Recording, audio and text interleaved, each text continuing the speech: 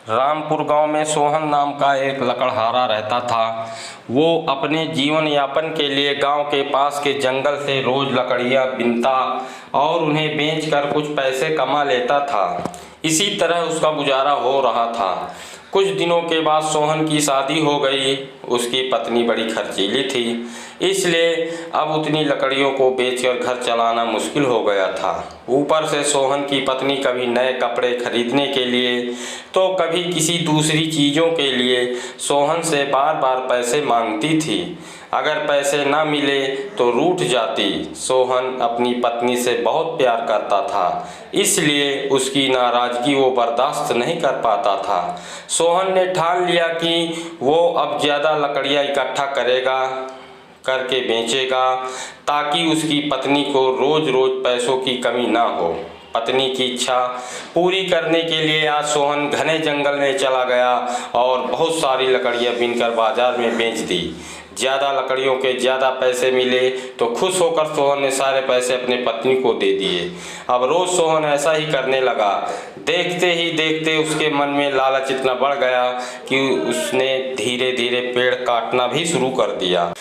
पेड़ काटने से और ज़्यादा लकड़ियाँ हो जाती थीं और उसे अधिक दाम मिलने लगे। सोहन हर हफ्ते एक पेड़ काटता और लकड़ियाँ बेचकर मिलने वाले पैसों से अपनी पत्नी के शौक पूरे करता।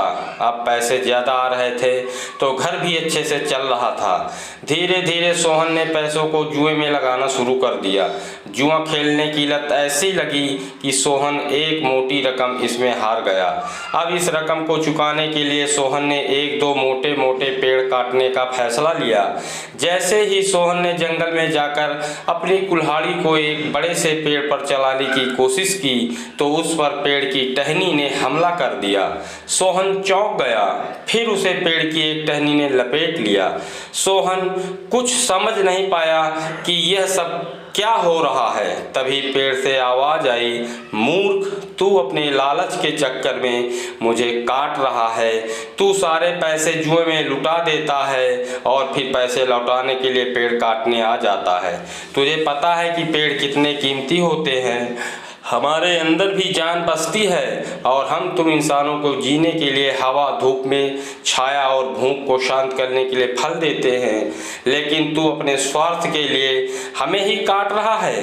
पेड़ ने कहा, आज तू रुक, यही कुल्हाड़ी अब मैं तेरे ऊपर चलाऊंगी। पेड़ की टहनी कुल्हाड़ी से सोहन परवार करने ही वाली थी कि वह गिड़गिड़ाने लगा। उसने माफ़ी मांगते हुए कहा, मुझसे गलती हुई है, लेकिन मुझे सुधरने का एक मौका दो। अगर आप मुझे मार दोगे तो मेरी पत्नी का क्या होगा? वो अकेली पड़ जाएगी। आज से मैं किसी पेड़ को नहीं काटूंगा, यह प्रण लेता हूँ। यह सुनकर पेड़ को सोहन के ऊपर दया आ गई। उसने सोहन को छोड़ दिया। छूटते ही सोहन भागकर अपने घर गया और पैसों के लालच में न आने का संकल्प ले लिया।